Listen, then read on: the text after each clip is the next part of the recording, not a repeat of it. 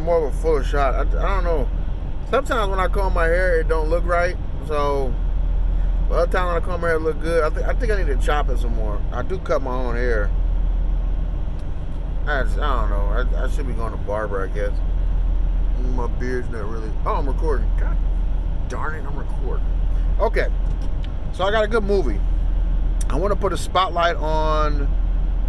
I took a little bit of notes. I want to take a spotlight on a movie called Nocturnal Animals. It came out in 2016, and it is directed by Tom Ford, starring Amy Adams,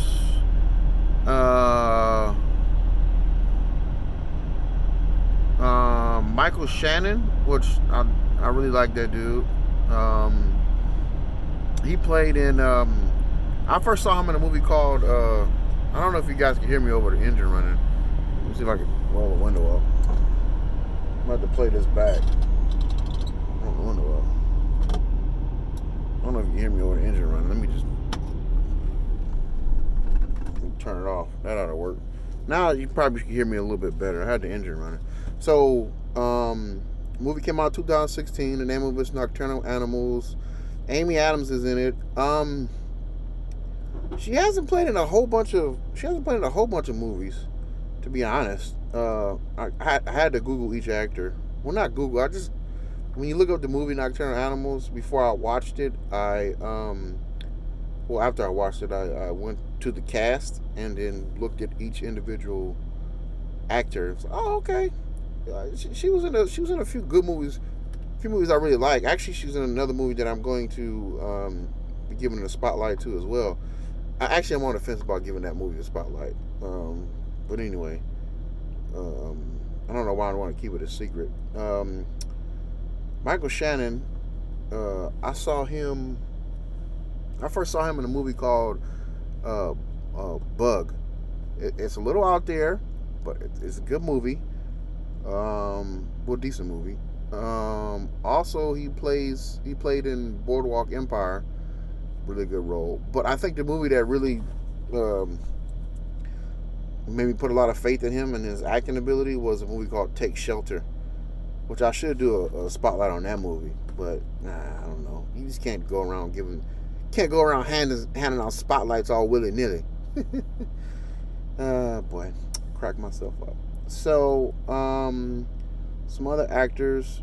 A guy named Aaron Taylor Johnson. He is from the Kick-Ass fame. So he's the main character in that show Kick-Ass, believe it or not.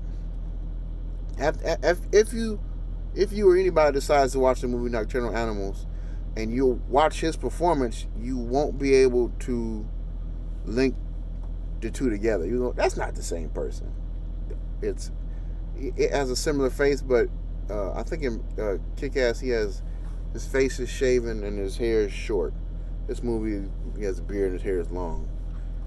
And plus the subject matter. But anyway, and of course Jake Gyllenhaal's in this movie. So I don't think I have to say anything else. Jake Gyllenhaal is he's just one of the better actors in Hollywood. Like, if I see him attached to a project, or I don't know why I'm talking like that. If I see his name pop up in a movie, I'm more likely going to be like, hey, wait a minute now, and want to watch that. He's a really good actor. And just throwing it out there because I thought it was funny, he's in there. A guy named Armie Hammer. I think the only movie he was in was The Long Ranger that came out not too long ago. But he's just arm candy for Amy Adams' character anyway. He doesn't have many lines, which is what it is. So anyway, excuse me. I'm so glad I watched this movie before I did the spotlight, because if I just did the spotlight on this movie, so much would have been lost. So much of this movie would have been lost if I would have just been like, okay, yeah, I like this movie because XYZ. I would have forgot X, Y, and Z. I would have just made up ABC. I don't know. So this movie follows Amy Adams' character. her life is going fine, but business wise, it's kind of going downhill. She's also being affected by some unrevealed incident in her past, or maybe it's just her past relationship with Jake Gyllenhaal's character, which is her ex husband. Army Hammer is her new arm candy. She's an artist. She's an artist, or an art dealer, one of the two. I didn't really pick up on that. What else was I gonna say? Yeah. So it's I'm at a loss for words. Excuse me. So the story follows her in present time with her new husband, the Army Hammer character, and Jake Gyllenhaal is her ex-husband. Now, her ex-husband is a writer. He writes a book and sends it to her.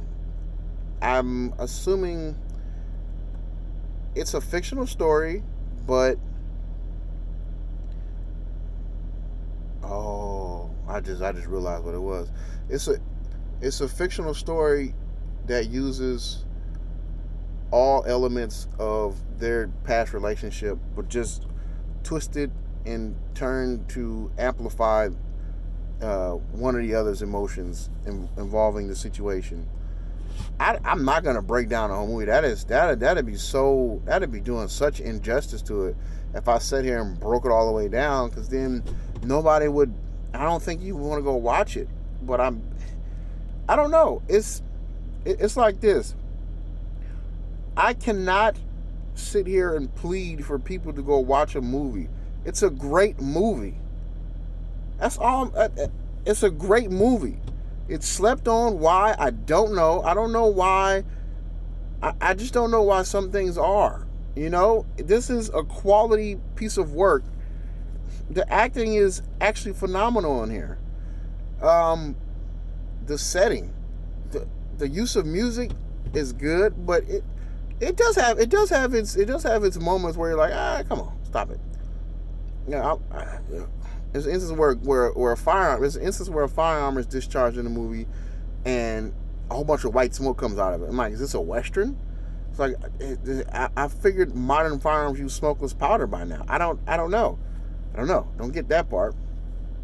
And also, I forget. There was one instance where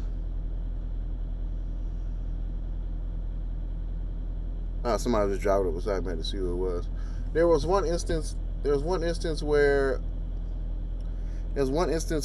the use of music was kind of off, but for the most part, everything was like hitting the nail right on the head. Let me try to continue. So she gets sent a book from her ex-husband, and like I say, it takes everything that these two have went through in the past and amplifies the emotions associated with these real events. Now, the story that's being told inside this story is so good, and I actually think this whole screenplay was, or this movie was made from a book. I'm not 100% on that. Should have looked that up, but unbelievable story. It's layered. It has a lot of great acting going in there, and it kind of so for instance, if you're in a fight, it kind of like punches you in the mouth, and then like real hard, and let you feel it, and let you feel it, because I know, and that's the adrenaline wear off. Because if you've ever been hit, and if you get hit real hard, there's certain types of strikes you can get hit with. Like, oh, that hurts. That hurts real bad. Once that adrenaline wears off, you really start to feel it, and that's what this movie does to you. It hits you in the mouth really hard and lets the adrenaline wear off, and then it's like, oh man, because that story within inside this story is so good. And also they throw in Amy Adams and Jake Gyllenhaal's relationship before the divorce. So it's telling three stories at once, basically. And, I love stuff like that, because they're jumping around. It can be done horribly, but this one is done great.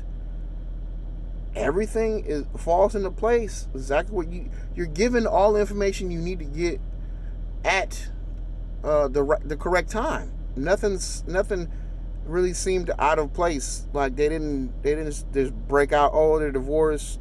Look, this is why they're divorced. Okay, now there's a book. Now read the book. Now this is their present life. No, it's present life, book, present life, then relationship, and it did such a great job of showing the innocence of the couple and its when it was first starting, like their love. They showed how their love was actually being cultivated. Then they took time to go back to Amy Adams' character and show how, and to put just give you a view of how a child has some genetic urge to rebel against their parents, but then at some point in life they actually become their parents, and in some way, not completely, but in some way, and then they revert to themselves. They fully develop into who they truly are. It just sucks that along the way you meet somebody who may be perfect for you, and during your transition through these phases, they happen to get cast away, and you do something. You try and push them away conventionally by maybe verbal abuse or maybe even physical or something like that, and it seems like they don't get the message. And then you take it a step further and do something that she describes as unspeakably horrible. Which, once you find out what she did, it was pretty bad though. Of course, it involved cheating because she has Armie Hammer, but Armie Hammer's cheating on her. So it's just like, man, it's like a cycle, and it's really bad. The movie, I was watching a movie while I was on my break or something like that, and it actually, it was able to envelop me. So I was actually taken to that setting and was living that, and something that's happening in the book and it's being depicted in this movie enraged me so much, and I had to like dial myself back in. Like, whoa, that didn't happen to me, but I know just Jake Gyllenhaal just does a great job of, and having him act alongside Michael Shannon. That's like a kick to the stomach and a punch to the face, man. That is crazy. And the kick-ass kid, he's gonna surprise anybody who watches the movie. I'm telling you that right now. And of course, Amy Adams, she stands out just because she's given the lead role and she holds it. She carries the movie. She holds it. She does her part. She doesn't slack. The set design is amazing, along with the music. I think I may have went a little bit overboard with this spotlight, but I enjoyed this movie so much. So this is my last video for the week. Till Friday.